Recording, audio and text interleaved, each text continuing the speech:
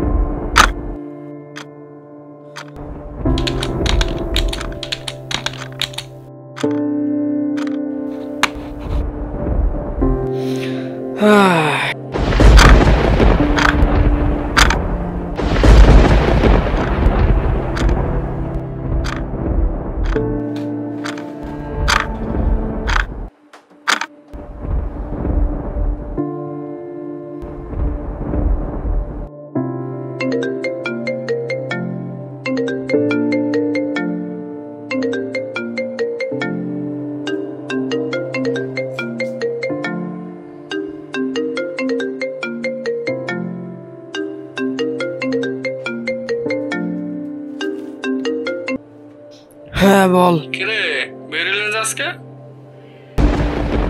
আর বলিস না, মরিও না বাঁচিও না। কেন, কি হয়েছে তোর আবার? আরে এমনি এডিটিং করে কয়দিন,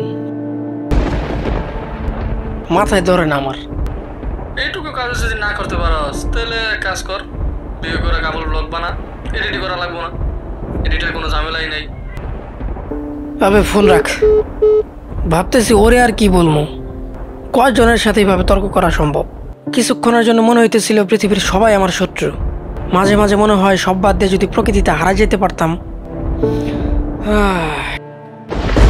এত পড়ালেখা করাইলাম, কি করে না করে ভালো একটা চাকরি খুঁজে গেছে। ঠিক আছে, গার্মেন্টসে চাকরি করো, ভালো বেতন উঠাইতে পারবা। তোর দ্বারা কিছুই হবে না, এসব করে কোনো লাভই নাই, অযথা সময় নষ্ট। সারাদিন শুয়ে বসে থাকে।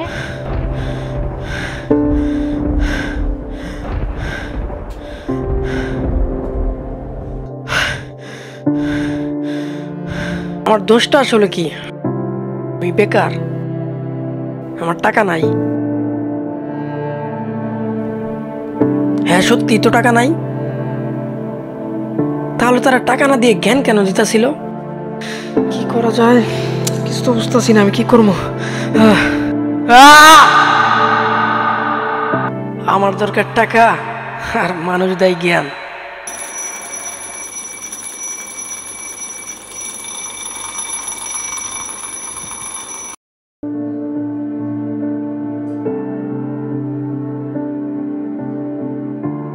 আজকে যেভাবে হোক কাজ শেষ দেওয়া লাগবেই।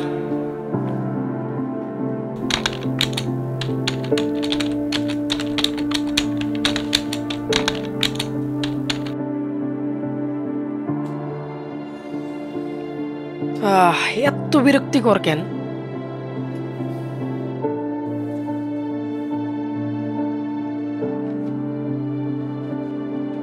নিশ্চয়ই কষ্টের সাথেই স্বস্তি আছে, নিশ্চয়ই আছে কষ্টের সাথে স্বস্তি।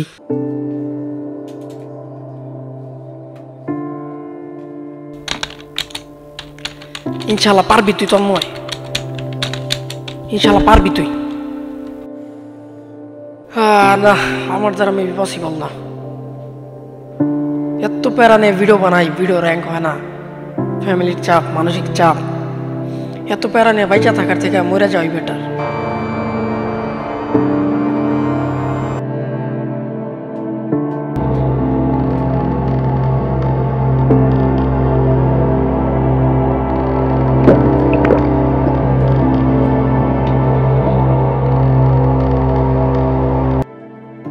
পরিস্থিতি যেমনই হোক না কেন, তোমরা কখনো নিজের মৃত্যু কামনা করো না।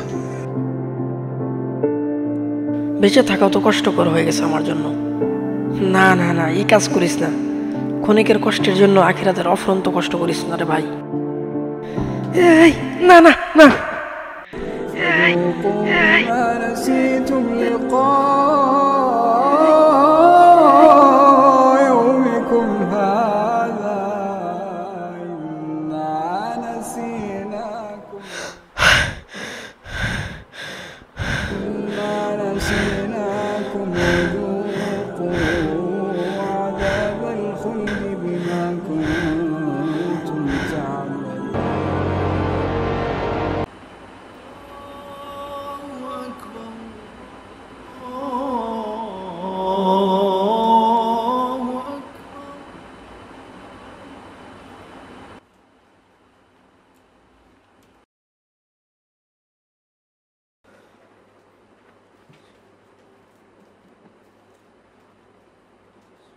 নিশ্চয়ই আল্লাহ ধৈর্যশীলদের সঙ্গেই আছেন।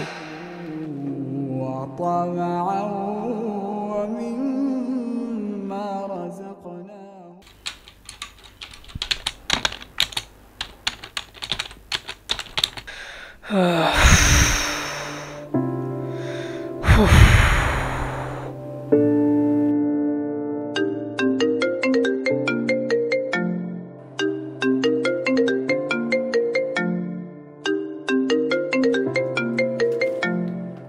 হ্যাঁ বল।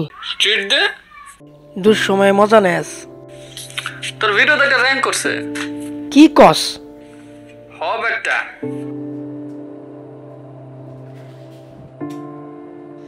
আলহামদুলিল্লাহ।